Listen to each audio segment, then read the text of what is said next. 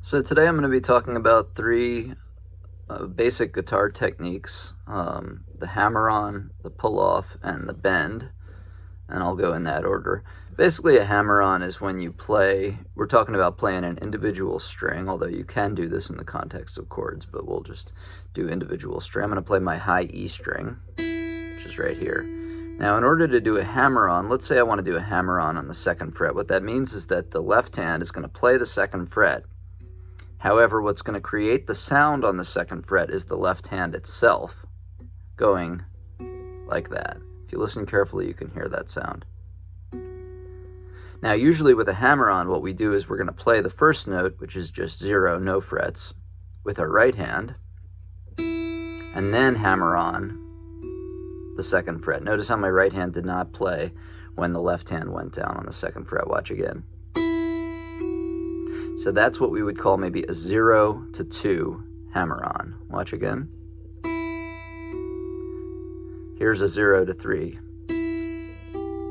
Now you can practice the hammer-ons with just the left hand. You don't even need the right hand. If you can get yourself to be able to make that sound, just pick it up and put it down. A common problem I see is people are not using the tip of their finger. So if you use the fleshy, flat part of the finger, you can kind of get a sound, but it's not nearly as good as that sound. I'm going to do a different hammer-on now. I'm going to go up to, because very often we'll be not hammering on from an open string, although that happens. We might be going, say, from 3 to 5. So I'm going to put my pointer finger on the 3rd fret, play it normally with my right hand, and then hammer on to the 5th fret. I'm going to use my ring finger. I highly recommend getting used to the idea on the guitar that each finger gets its own consecutive fret, and your default finger when you have 2 frets apart would be a pointer finger and a ring finger. So here we go. There's my 3 to 5 hammer on. Good. Now a pull-off is exactly the opposite of that, okay? So I'm going to stay up in this 3-5 position, although you could practice it with 0-2 also for a pull-off. Basically the idea is it's a backwards hammer-on. So you start with the 5 this time, 5th fret, play it with your right hand, and then pull the string ever so gently towards the ground. And what you're left with is whatever finger happens to be down, pressed all the way down, which is the 3rd finger. So that's a 5 to 3 pull off. And again, you can practice it without the right hand at all. And in that case, all you're going to hear is this, da, that 3rd fret. Again, a common problem is I see flat fingers, which again, you can kind of grip the string, but it's better to have a little curvature in the finger so you can actually pull the string down towards the ground. Now you don't need too much of the actual pulling sound, and you can kind of vary. Sometimes pulling off can just be a matter of lifting up. You might be able to get just enough sound that way. So that's a more gentle kind of pull off. Just lift it right into the air. So with hammer-ons and pull-offs, you might see these notated this way in guitar music. This is using the 3-5 example. They look the same. The only way you can tell the difference is a hammer-on goes from a lower number to a higher number, and a pull-off from a higher number to a lower number. Let's look at bends for a second. A bend is basically when we play a note, and let's use the 5th fret again with ring finger.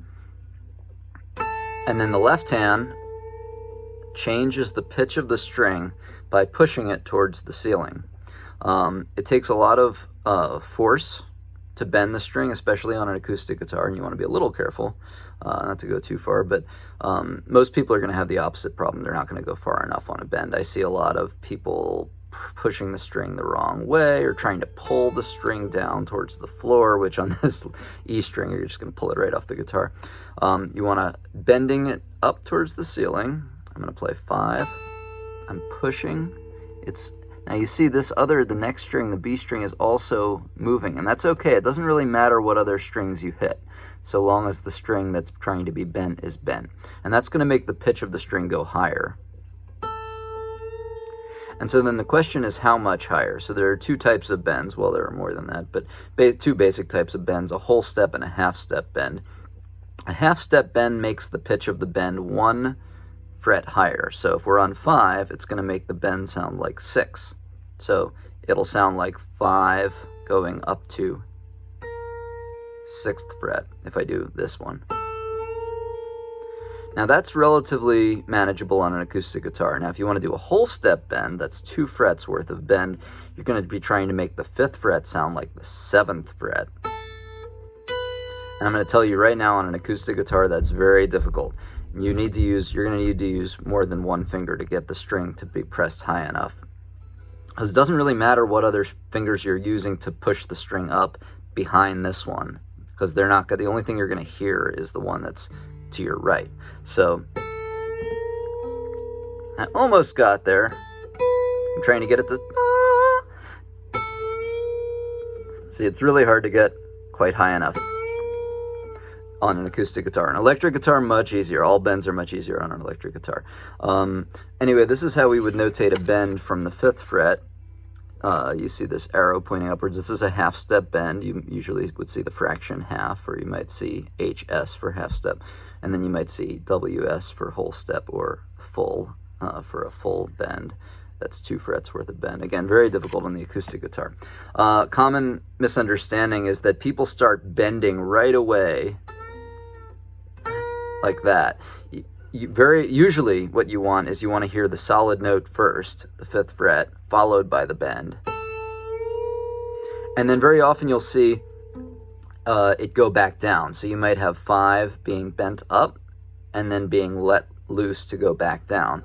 So it's really, in that case, it's a 3-part figure. 1, 2, 3.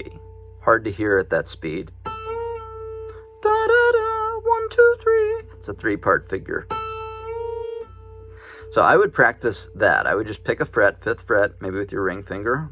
The string closest to the ground is good. And just go.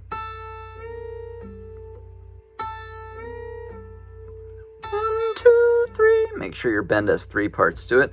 And make sure you're not pulling it towards the ground and you're not pushing it in any random direction. You're just pushing the string, and you can use any number of fingers you want toward the ceiling. Now, once you get hammer-ons and bends together and pull-offs together, you can really create some nice riffs. I'm going to start on the B string, the 2nd string from the floor. On the 3rd fret, I'm going to do a 3 to 5 hammer-on. And then I'm going to go up to the E string closest to the floor and do another 3 to 5 hammer-on. Now I'm going to bend the 5th fret on the E string up to a half step bend. And then I'm going to play the 3rd fret by itself. And then I'm going to go back to the B string, 2nd string from the floor, and I'm going to play the 5th fret.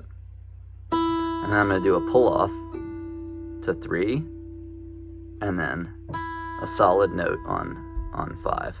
So altogether, that riff would be...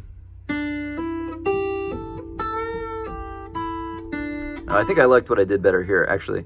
After the bend, then do a pull-off on the string that you bent, which is the string closest to the ground, and that'll leave you with a 3. And then you go to the B string and do 5, 3, 5, just all as regular plucked notes.